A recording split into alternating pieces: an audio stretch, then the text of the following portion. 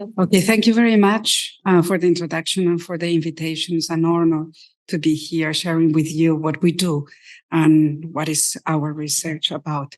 Inesa is going to start, and then I will follow her, and then Kateřina will be the last one.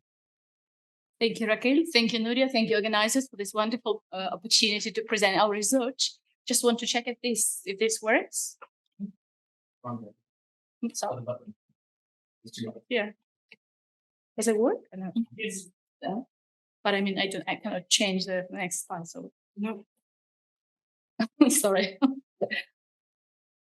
This one. I tried both. Which one? It just takes a little bit of a while. Okay.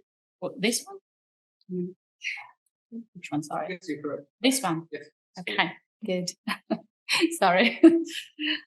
Well, I'm going to introduce just a very short part of the work in progress.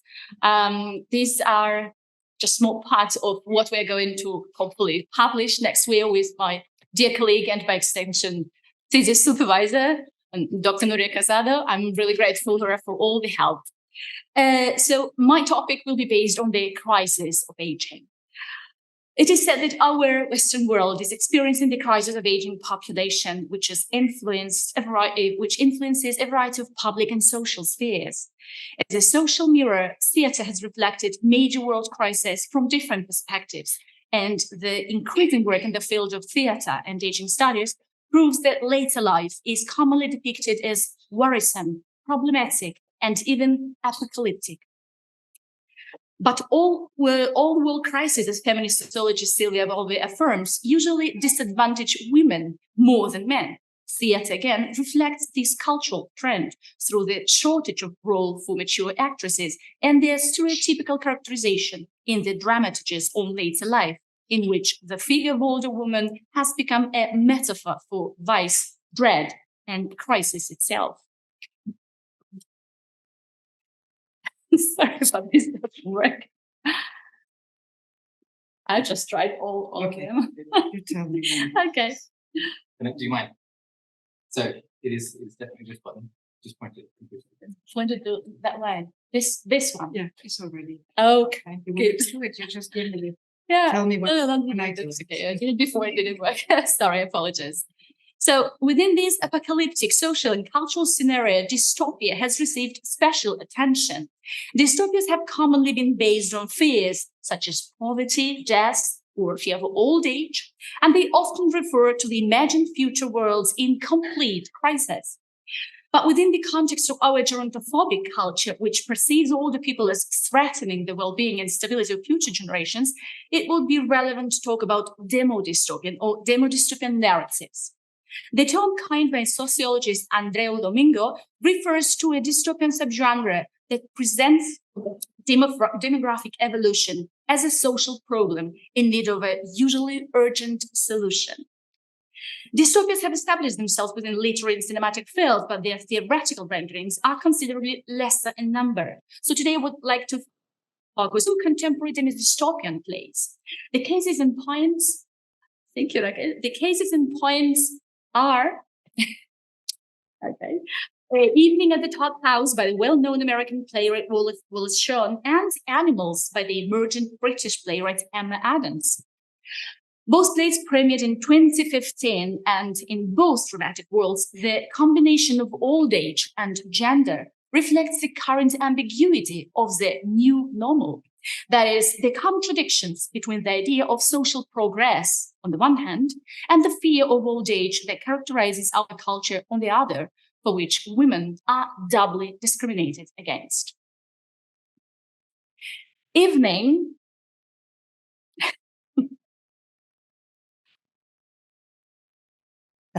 Yes? Okay. Evening is the one play act that could be described as a dark satire on the depersonalization of a global and radically mediatized world. The readers witness a reunion of former colleagues who gather at a once fashionable club, the Talk House, to commemorate the 10th anniversary of the last staged play, which obviously becomes the first sight of the wrongness of this society. As the play progresses, the readers and audience are introduced to a new reality, a disturbing near future in which in only 10 years, theater has died, social alienation has become extreme, so people have become members of the one-man club, and the level one's popularity highly determines whether a person will be allowed to live or will be targeted, that is, killed in any imaginative way. The program of murdering, as it is called in the play, or the mechanized murdering of the right people by civilians, have become a trivial daily process and a fully legalized practice that everybody does, yet not everybody accepts having done it. It has only become part of a school curriculum. And it is only justified as a defense against those who would like to harm us. So in this respect, older people not uncommonly fall under the category of not quite popular and not quite liked citizens. Therefore, they must be eliminated, even though, as one of the youngest targeters says, they are not really all that bad. So even though old age within Sean's dystopia is not the issue, it is really an important point of characterization, and it becomes easily associated with dangerous form of invisibility. But with its combination with gender constitutes the source of double discrimination. This destructive combination is only suggested subtly, but gender-focused consideration of the characters reveals that while some male figures are portrayed as successful public individuals, all female protagonists consistently adopt inferiorized roles. So they are portrayed as economically unstable citizens, care providers, servants, or objects of sexual desire and abuse at work, who are obliged to maintain sexual relationship for the sake of their professional growth within the patriarchal theatrical world. In their middle age, they are considered not attractive anymore, and therefore they are excluded from the professional theatrical world, highly dominated by men in Sean's dystopian universe and in our society as well, which warns us of the omnipresence of what Susan Sontag denominated as the double standard of aging, whereby women are judged more severely and earlier in the life course than men as they start growing older. The destructive combination of age and gender, please, thank you, Raquel, is clearly seen through the only older female character in the play, Nellie, in her 60s, who is presented as a very intelligent, very sensible, rather innocent woman. She already managed the Talk House Club as a young woman when her successful colleagues used to meet here after the shows. Now she gives rooms to those in need of comfort and coziness. She cares about people who are not quite liked and who are potential targets of the program. Nellie can be considered the element of resistance within this dystopian world. Nevertheless, she does not calculate the implications of helping someone outside the system. As a result, Nellie is targeted, that is, poisoned in her case, at the end of the play. Like her female colleague, Nellie dies making animal sounds, which are not considered completely human, and which evoke the image of an older woman as an unhuman creature, commonly present in cultural portrayals of old age. In this respect, Emma Adams,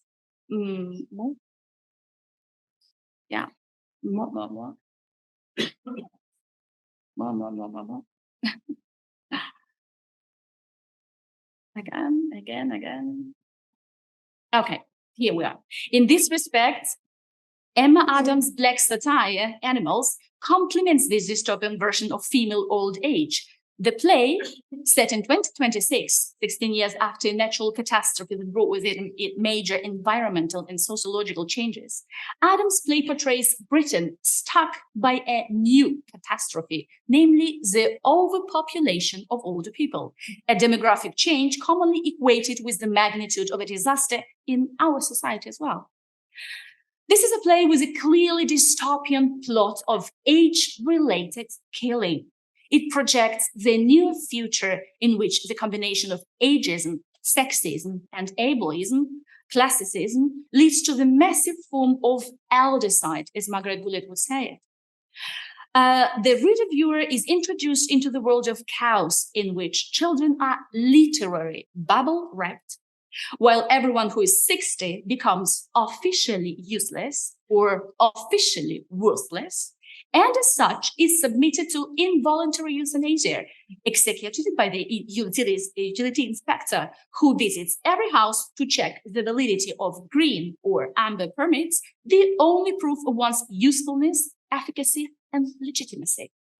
The readers and viewers witness a day in the life of 3 mature and older women. 70-year-old Nomer, a former nurse, and the provider of meat for a quite suspicious sandwich suckle. Joy, who is Nomer's living health. She is 59, therefore she's still prime, though for a very limited period of time. And 70-year-old Helen, an incomer who came to the town after tsunami with her family, but she lost relationships with the granddaughter and daughter because of extremely terrible mix-up for which Norma and Joy were responsible. In Adam's dystopian world, the problem of age is created artificially. Older people are completely abandoned by the government. They cannot visit a doctor, they cannot work, so cash is a trap, and they experience extreme hunger. In this apocalyptic world, children are kept aside from all the problems, including old age itself.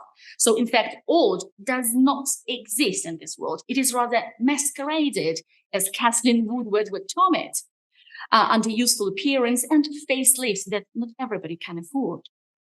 Nevertheless, Adam's play highlights that the problem of old age is clearly gender-ridden. The 3 older women protagonists, keep it here. Go back. The 3 older women protagonists are characterized in an ambiguous way, and their portrayal is often colored in declinist terms. Norma is the frailest woman, who forges her permit, which she says she's 37. So she says, I feel 37, so I'll put down 37. Why not? This disidentification with her real old age creates what Kathleen Woodward terms the mirror stage of old age, when an individual does not want to accept the distorted image of herself. Joy, 59 years old, is characterized as a very active woman, yet the combination of her old age and gender with her low class predicts her inescapable destiny. Helen, 70, whose depiction is not deprived of declinist tones, but who resists the narrative of decline through love relationships she has with a man of her age. Thereby, she challenges the stereotyped images of the sexless, frigid, or simply ridiculous older woman in love presented in real life and on stage. Despite this attempt to undermine the stereotypical portrayals of female aging, Adam's play emphasizes their cliched characterization as grotesque, scary, and even monstrous. Dreadful characters in our culture, as Lynn Segal affirms, are not accidentally female, but rather quintessentially female, seen as monstrous because of the combination of age and gender. In animals, this problematic representation reflects the perceptions that younger characters, including younger women, have of their older adults. In the first accidental encounter between the young and the older women, we see Maya, a little girl who's at the verge of her 18th year anniversary, but she's still considered a little girl. And she, for the first time, meets Joy. And she discolors her aging face and focuses on the physical qualities that turns signs of aging into a peculiar mask. She says, it's so funny when you have little creases and pop. The girl's shock intensifies when she sees Norma and Helen, who are much older than Joy. So she says, your creases are even bigger than Joy's. Are you witches? My teacher said all the modern witches had been cooked in an oven. How did you escape the oven? For a little girl like Maya, who has never encountered the realities of aging, the women's skin that is so pulling off their faces and hands creates this specter of incorrectness and flaw. You look all wrong, she says, thus disassociating her young self from the apparent image of her future old self, simply because old, with its visible signs of time passing, is a non-existent identity in her society. Norma tries to lessen Maya's shock by asserting that they are indeed witches, white witches, and that she shouldn't be afraid of them. None of us on this one back.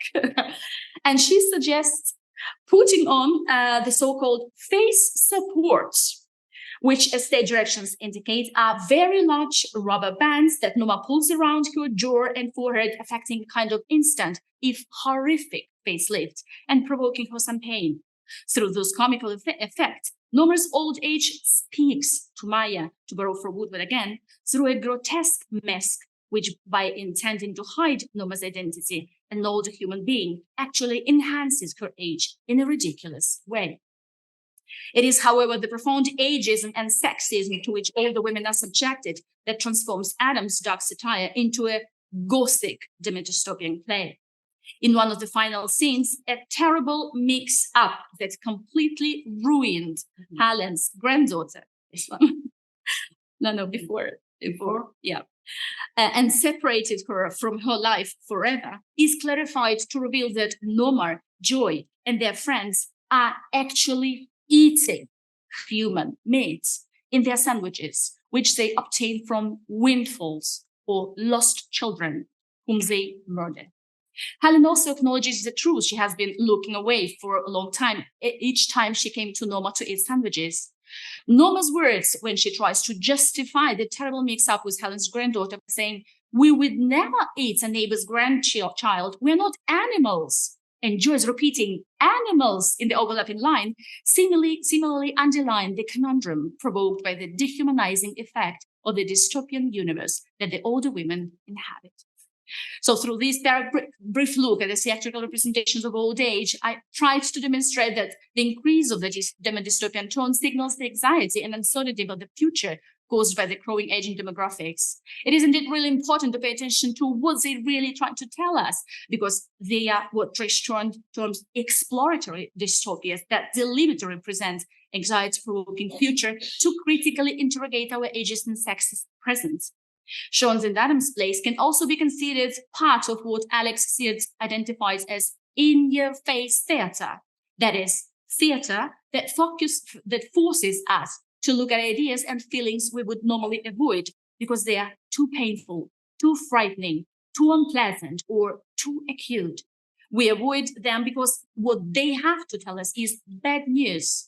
That is, they warn us of what will happen to our world if we do not take any actions to prevent ageism, sexism, and other ageism. They also invite us to start educating an age-friendly society, which will unite and benefit all generations, and which will hopefully become part of the new normal.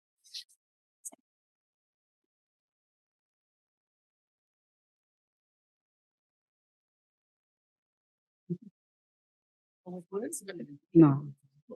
Mm-hmm. Okay. I can do it myself. Is it okay that you have the screen there? Yeah, that's fine. Yeah. That's okay. I can Maybe. look at it. Okay, so my talk is titled "Sex is Life: The Empowerment of Older Women's Sexuality in La Vida Era Eso y Destello Bravío." La Vida Era Eso, for those of you who do not speak Spanish, is That Was Life, and Destello Bravío, Mighty Flash. Let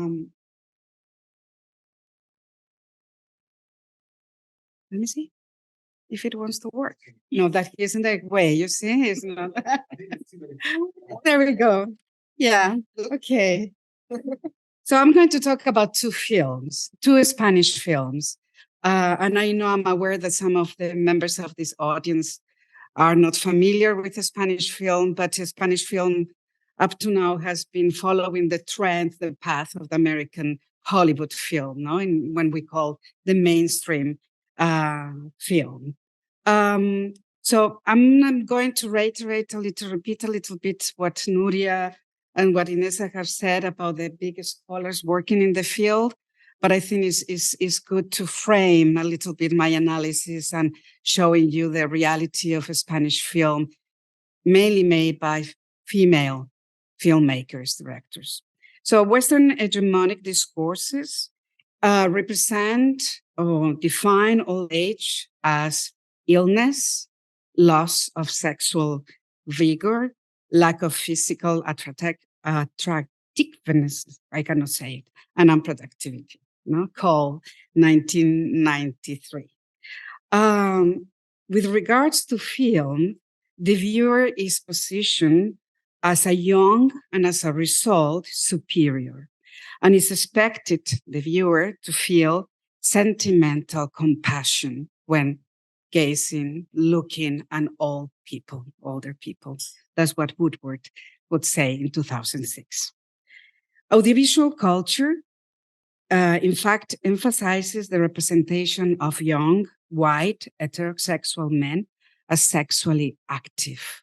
We all know the films, we can think of many films at this point, right? And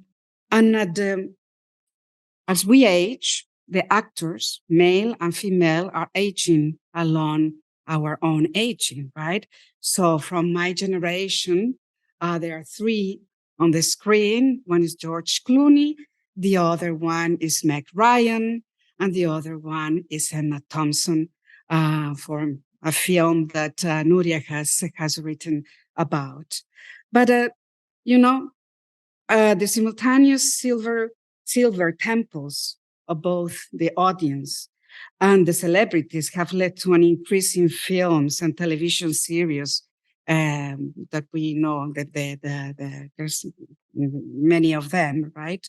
With aging and old age are now central themes because we are a big bunch or a big group of audiences that they need to make money from. Okay, so it's not because aging is important, it's because it's giving them producing quite a lot of money. We are again in a neoliberal mindset, right?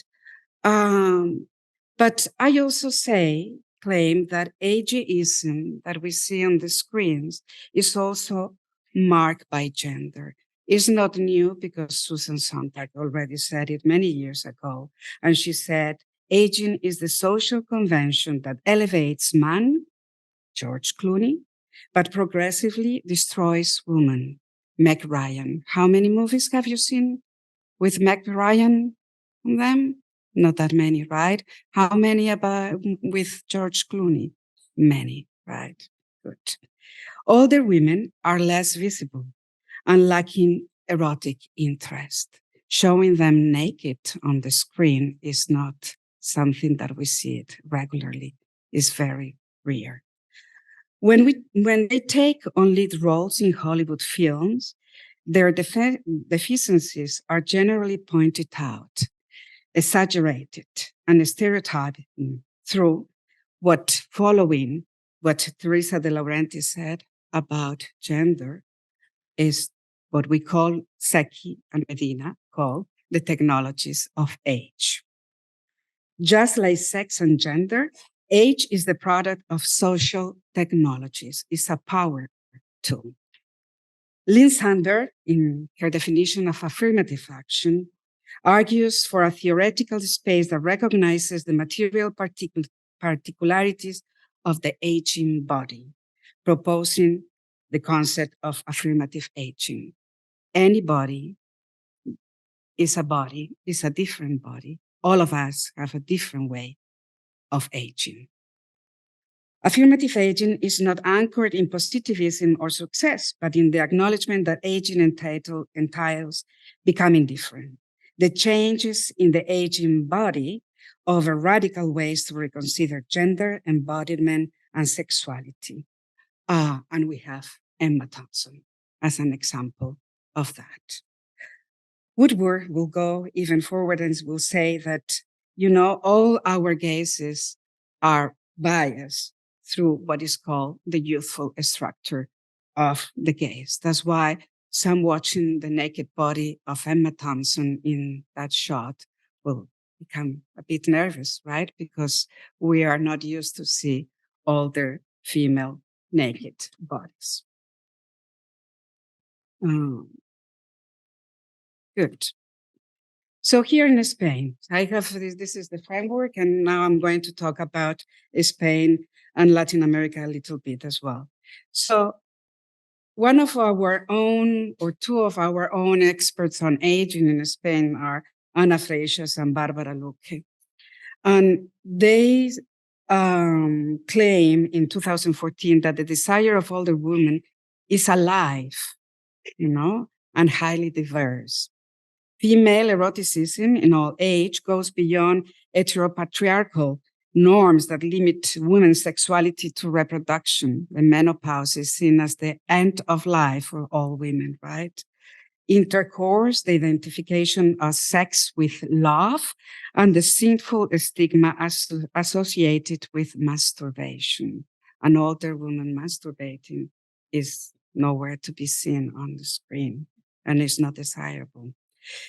Jane Gallop in Sexuality, Disability and Age in 2019 examines aging and sexuality from the perspectives of queer and crip theories. In all age, men and women are freed from regulated reproductive sexuality, thus shifting away from the intercourse and orgasm as heteronormative sexuality. This allows for other non-heteronormative sexual pleasures, she says, and the suspension of the discourse of decline. In various productions like The Bed, La Cama, de Mónica Lairana, Chile, 2018, The Best Day of My Life, El Mejor Día de mi, La Vida Empieza Hoy, de Laura Mañá, Cloud 9, de Andreas Dresen, Better Than Ever, Dolores Payás, or the short film Magnolia, directed by Diana Montenegro, the imperfect body becomes a space for a new kind of pleasure. They conceive a female eroticism that often dispenses with men and direct phallus. The protagonists enjoy sex after menopause and do so through masturbation.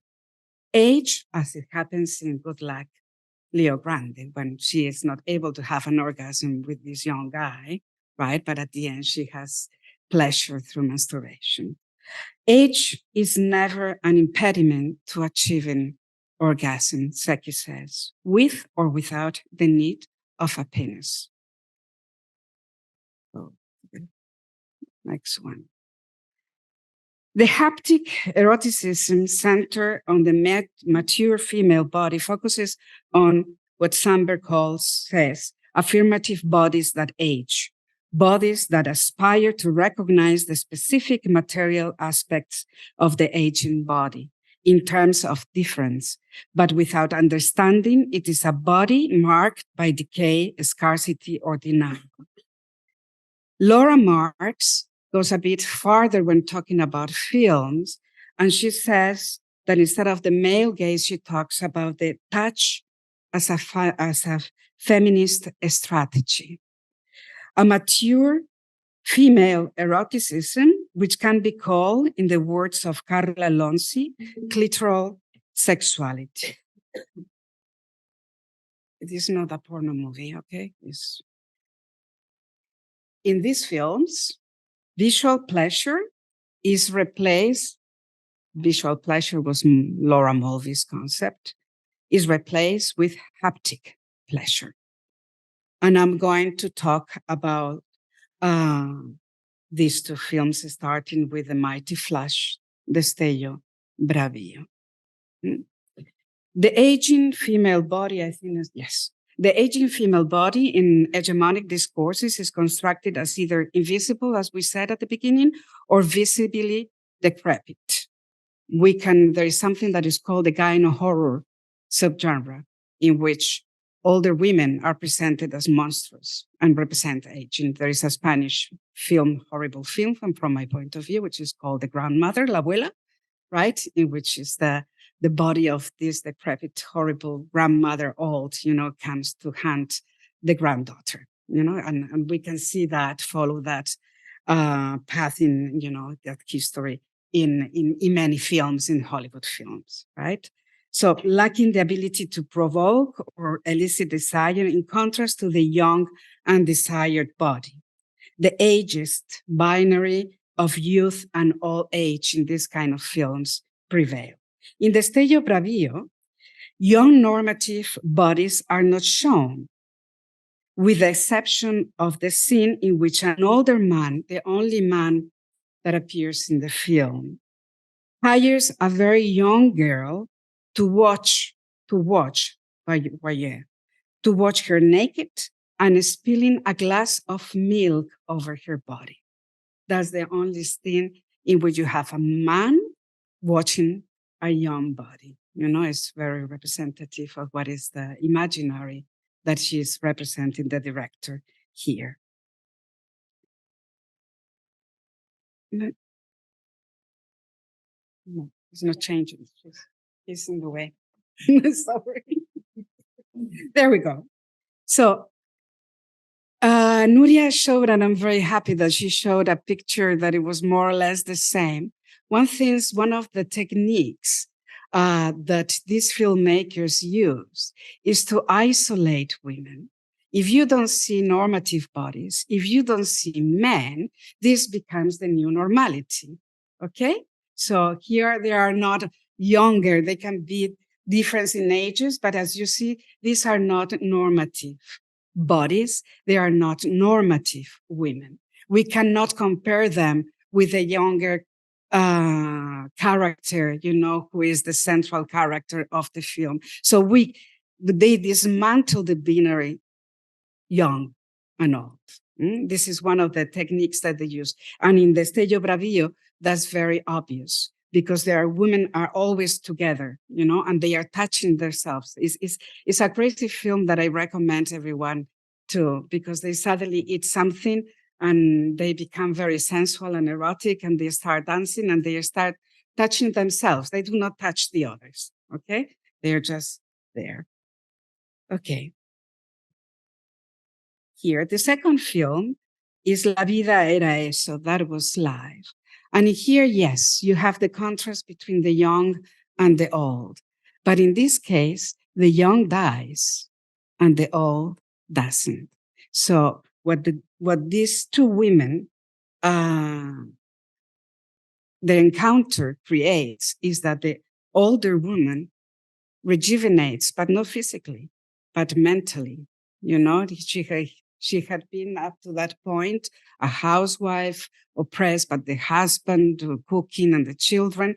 And suddenly, after meeting this young girl, and when she dies, she decides to take, it's a road movie, right? She decides to take this journey to find herself and to discover what she has missed over the years when she was working as an immigrant, or her husband was working as an immigrant in Brussels. So but besides this encounter in the hospital with this medicalized, right? There is no other normative bodies in this film. There are not any other young characters besides men. And all men appearing in this film are non-normative. So you have the drunk man, but whose body is horrible, is violent. Then you have this young man who is lost. So they are all characters that are not normative. In the case of La vida era eso, the desire of the older woman awakens, and she even arouses desire in others. As she discovers herself and her sexuality, oppressed sexuality, then she's capable of creating desire in others. And in two instances she does. But not only that, she, in that journey, discovers her body, and she's able, to go into the water with a man, younger man than her, in her underwear.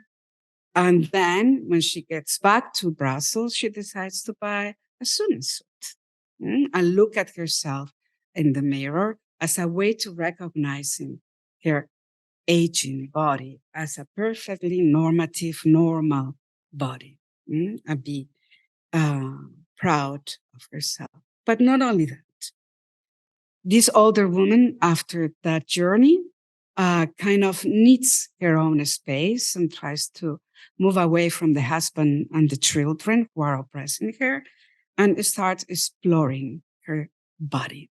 So she starts caressing her body and discovers, as does in Leo Grande and Matanson, the pleasure of masturbation and clitoral pressure. And this is all. So this is my talk just to show you how sexuality is now portrayed in a Spanish film.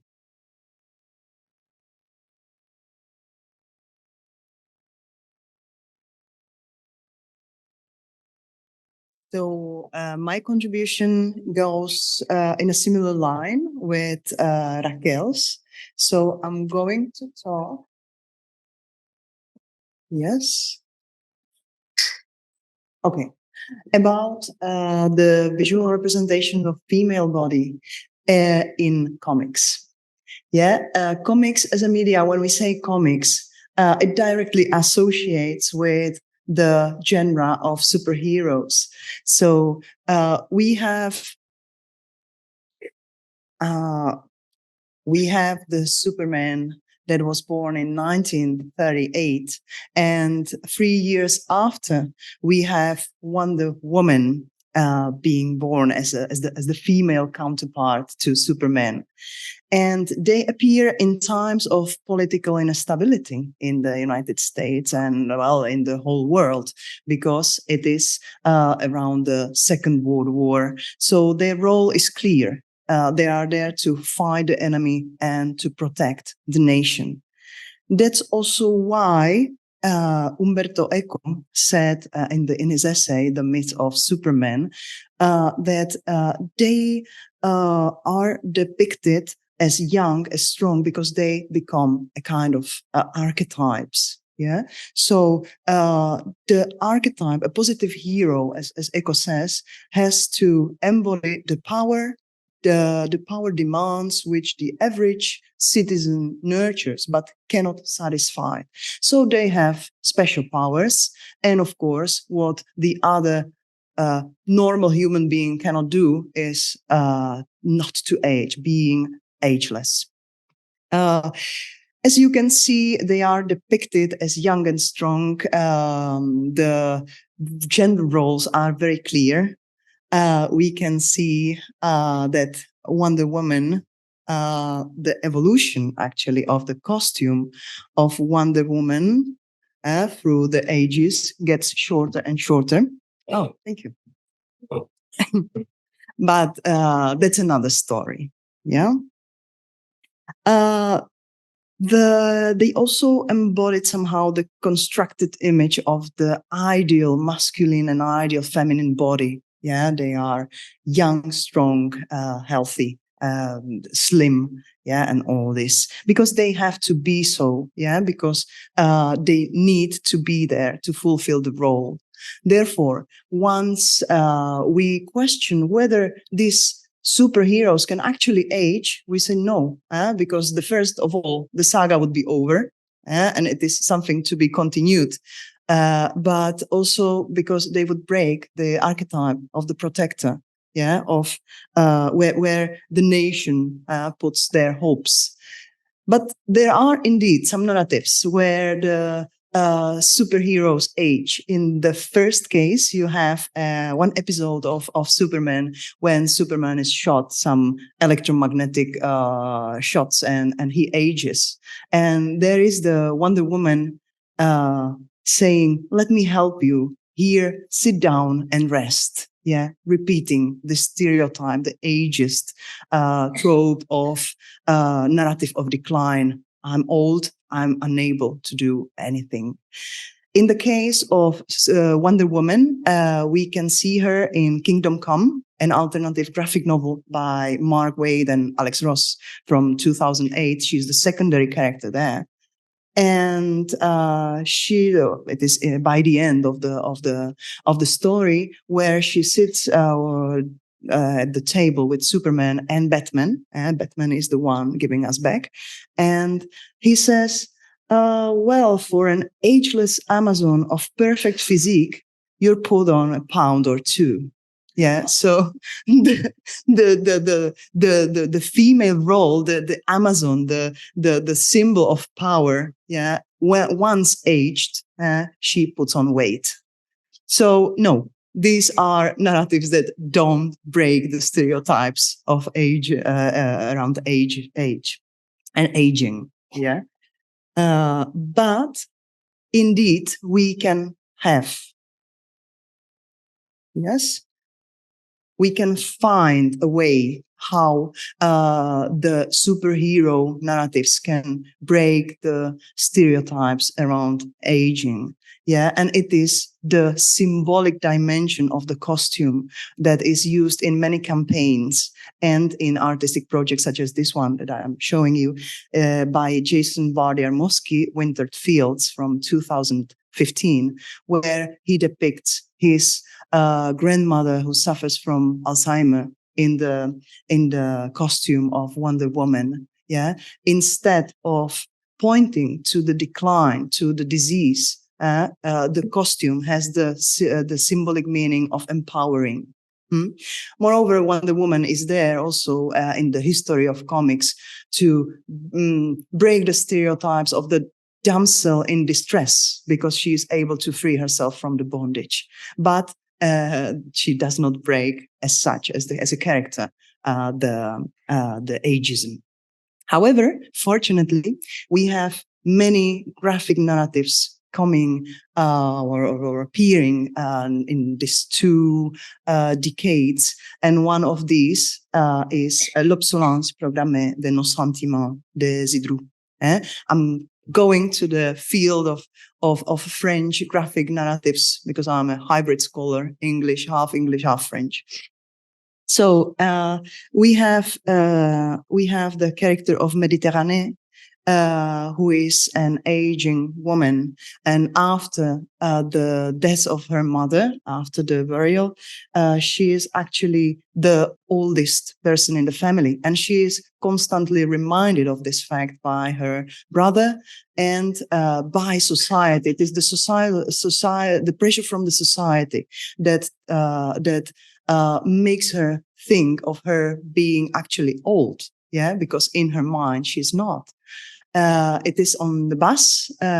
She is going on bus, and there is a mother with a child, and she says, "Well, let the woman sit." Yeah, as we used to do with older population, and then we have this scene that I want to comment on, and it is the contemplation of the female body in the mirror.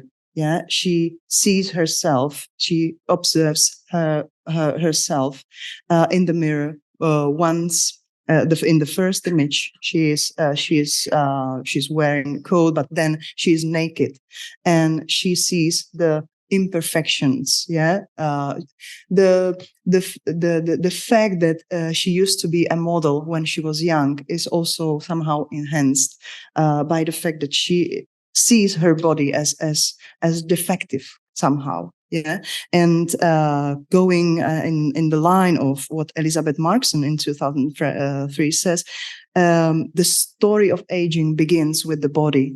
We observe the decline of the coming of age in the body before actually the mental. Yeah.